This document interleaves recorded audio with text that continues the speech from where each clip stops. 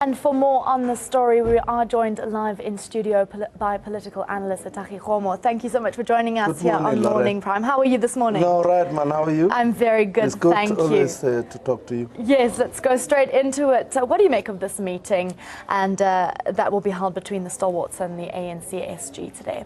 I think the most important thing, in terms of this meeting, it will be on a softer side, thanking the ANC for accommodating them in terms of addressing the issues of their concern. And that has been demonstrated by the ANC saying that they would add an extra day during their policy conference in June, July next year. I think what they will also use the opportunity of today's meeting is to look at whether the ANC would be flexible to bring forward their interactions, because of the fact that I've got a sense that the veterans or the stalwarts are wishing that major issues must be addressed, and I sense that June, July to them is very far. I had on a talk radio station last night by General Nyanda, who is the former chief of the National Defense Force, where he also mentioned the point that they would prefer and persuade the ANC that they would meet around March so that they could address the issues. Most of the issues they talk about are issues of organizational renewal, issues of how they can improve on the ANC's machinery coming 2019. So their feeling is that June, July would be very far, that they would like to build the momentum between the time they had the last meeting and today. Also, they would like to emphasize the point that it would be important that they do not lose the momentum going forward, especially with regard to 2019. What is also very interesting is that even if this is not a constitutional structure of the ANC, it seems the ANC is taking it seriously, that because of the fact that there are internal squabbles and internal issues around it, they would probably get the backing of these so-called elders in order that they could benefit from their wisdom going forward. It is a very interesting development, I must say. Indeed, it does seem like they are taking them seriously.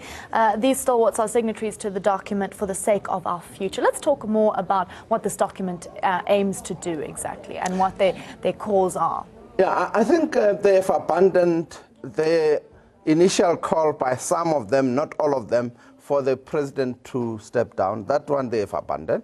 I think the most important issues are more institutional in terms of renewal, in terms of addressing institutional weaknesses within itself, and also looking at the changed political landscape with the emergence of parties like the EFF, which obviously had taken some of the strength in terms of electoral support. I think I would like to believe that they are very concerned about that they would like to address those issues, and also leadership issues in terms of the unity within the NEC, given what actually occurred a weekend ago, where some of even cabinet minister calling on the president to resign. I would like to believe that they are very concerned. They would like to now say that let us address the issue of unity. Unity in terms of that structure called the NEC, unity in terms of branches, in terms of leagues, etc., etc. Going forward into 2019, I think is their main concern, that unless and until they, as the ANC, together with the elders, to address these issues, then the ANC would be like a limping buffalo, so to speak. Now, how much pull do the stalwarts exactly have within the ANC? Well, I think the most important thing that stalwarts has, I think, is the institutional memory in terms of the historical nuances and all the things, etc., that they have. The other thing also is the fact that as the elders, I think they are respected, and therefore they can enjoy the audience of probably a cross-section of the community, not only within the ANC and also across.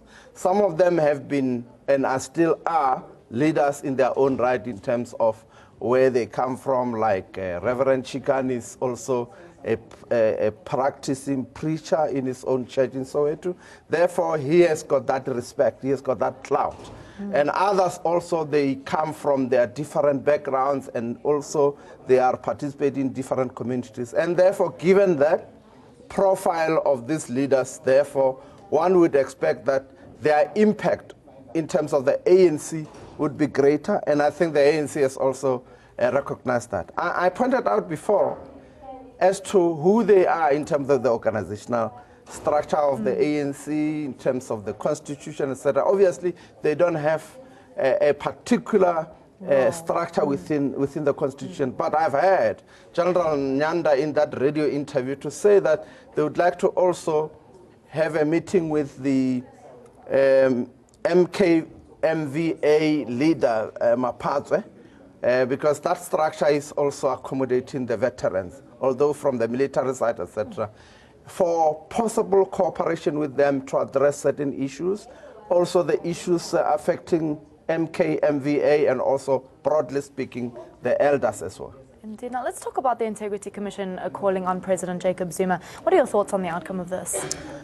I've got mixed feelings with regard to the Integrity Committee. Why? First, it is a new structure that was formed in the last conference of the ANC in Mangaung, that they needed such a structure. I think it needs to assert itself so that it is felt that it is existing.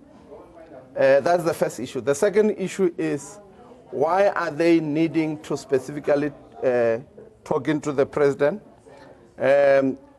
Just not long ago, we have had two meetings taking place in succession. First, it was the National Working Committee, which built into the NEC.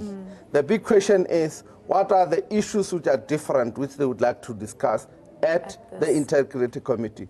If they say there is nothing that they are going to charge or discipline the president with, then the question is, what are those?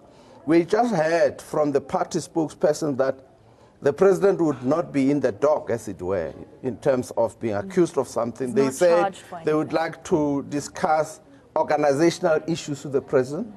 But it still is difficult to understand, because organizational issues are still discussed at the NEC, where the president also tabled his own political report. Also, so why call him again? It's difficult for me to understand as to what are the issues that they're talking about. It is very suspicious as to what are those issues which exclusively need the president to be in attendance of. And also, interestingly, is that the Integrity Committee, which hadn't actually done its work, probably that's the first engagement with a senior leader, they still need to walk a mile to prove their worth that they are a new structure within the constitutional scheme of the ANC.